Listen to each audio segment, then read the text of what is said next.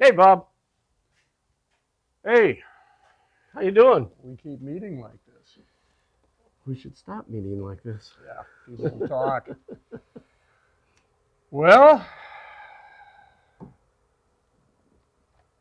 spent the last couple of days singing the same old song. Got everything wired up yesterday, and didn't work. This good spark, really good spark. Fuel injection system was not working. Okay. So got on Facebook today. There's a couple of Facebook groups that I'm in, and there's a guy named Paul Cobras. We kind of went through the system and really didn't come up with any. Well, let me show you.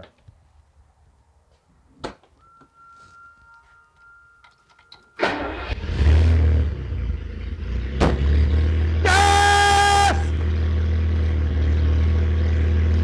It runs! Oh. It runs!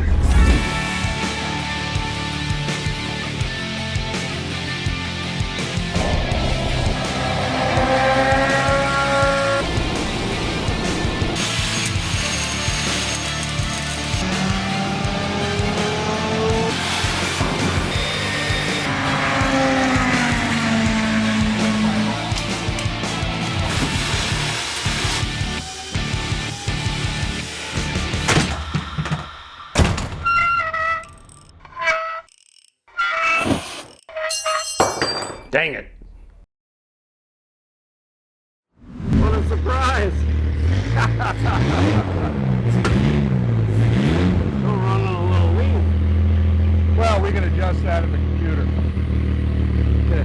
You know, one thing I haven't checked to see if the transmission actually works. No? So let's put it in gear. Should I say a little prayer? Mea culpa? Whatever Catholics do.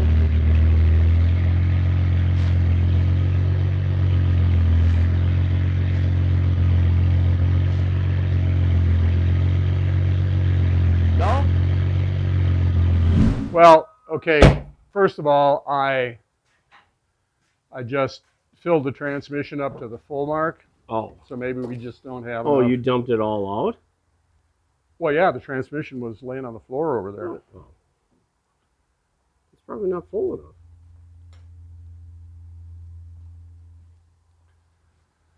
How much fluid did you put in it? Cup? Significant amount. Filled up the torque converter and then poured another couple of quarts in. So at this point, that was just enough to protect it, to keep it from. Well, It's on your stick. it's on the stick. Now the thing is, this is the transmission that came in the car. This is the one that we've been driving around with. Yeah, but it moved all right. Yeah. It didn't seem to have any problems. Right. Maybe it's not hooked up above. What do you mean? Up here? Yeah.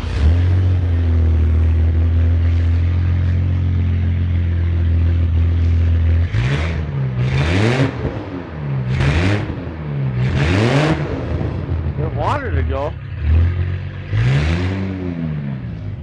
The other side turning? No.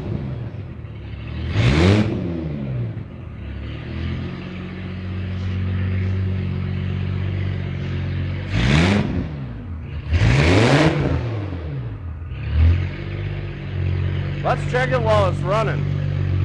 Can you leave it run?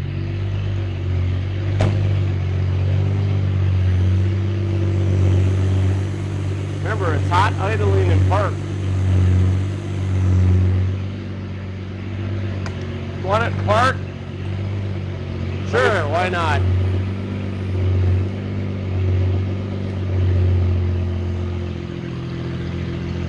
Sounds like it loaded down a little bit. It's on the stick.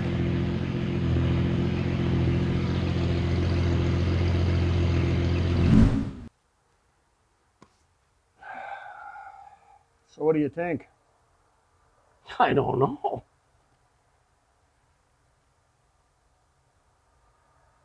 Seems like it runs good. Oh, it runs. Yeah, I think I'm real pleased. It's got 70 pounds of oil pressure, and So did you have to change anything to get it to start then? oh yeah, this connection to the wire. It's a shielded wire that goes to pin number 18 on the ACU, which, if we look on diagram 24.9, that would be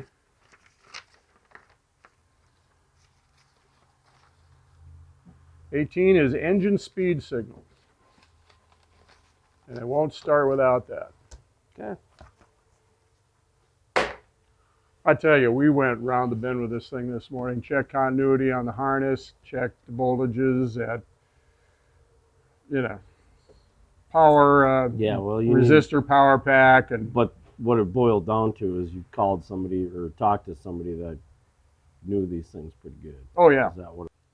See, I think what happened was, I mean, we got everything sorted out right before the thing locked up. The first engine locked up. You think it locked? Oh, I know it locked up. Okay. It's sitting on the stand locked Well, up no, right now. I mean, before you pulled it out, you said you pulled it in the shop and then it quit running. Right.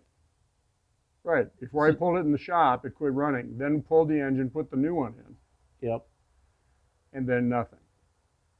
And then we went around, we found all the weird electrical stuff and a white and yellow wire soldered to a yellow and white wire of two different gauges, that sort of thing. So, so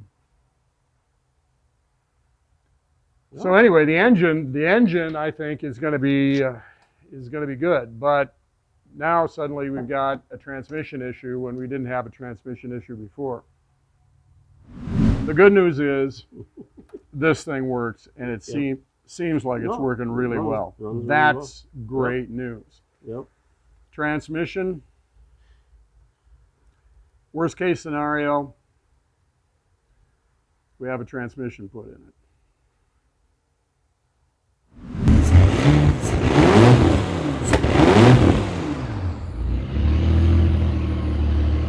And the really great thing about this is I kind of put this thing, the top end of this thing together from junk.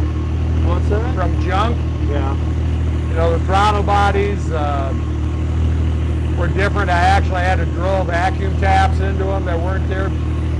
And this thing idles right at 700 RPMs, and I haven't touched a thing. No, it runs good.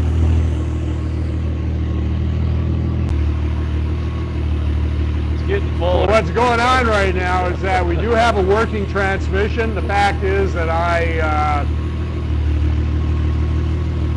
had actually not enough oil in the transmission.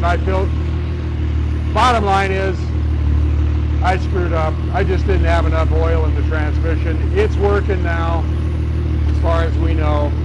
And actually the engine has not stopped recently. Maybe that was parking brake work? No, I don't believe it's hooked up. Okay. Because we got to stop the wheels from rolling before you put it back into park. Just put it in neutral and let them spin down. Yeah. So we want to put it in reverse first. Okay. That builds the highest hydraulic pressure. Okay.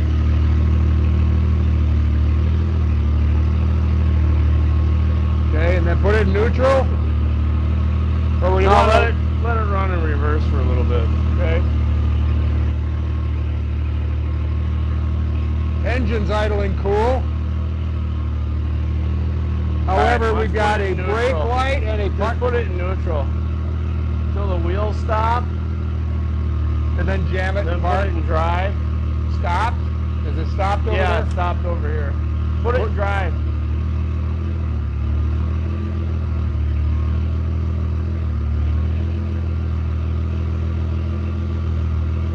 All right, you can put it back into neutral.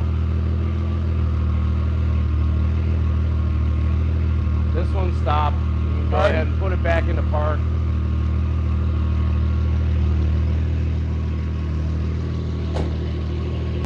Now by now we should have had fluid in the cooler.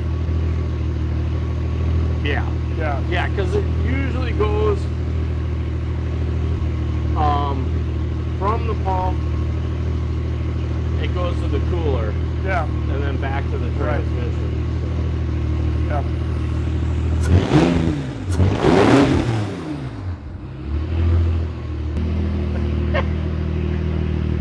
You know, it'd be really cool if we could figure out why the fuel gauge isn't working.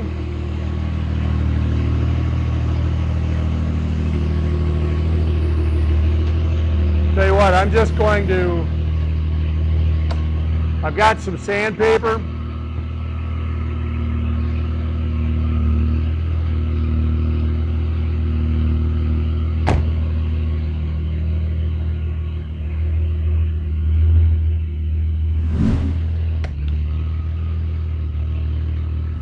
Actually, there's a lot of good news today. You got the engine going, and it really seems to run really well. It does have a bit of an issue. After it's been running for a while, it starts to stumble a bit, and then it stops. So, not sure what that's about, but, you know, on that basis, I'll take it.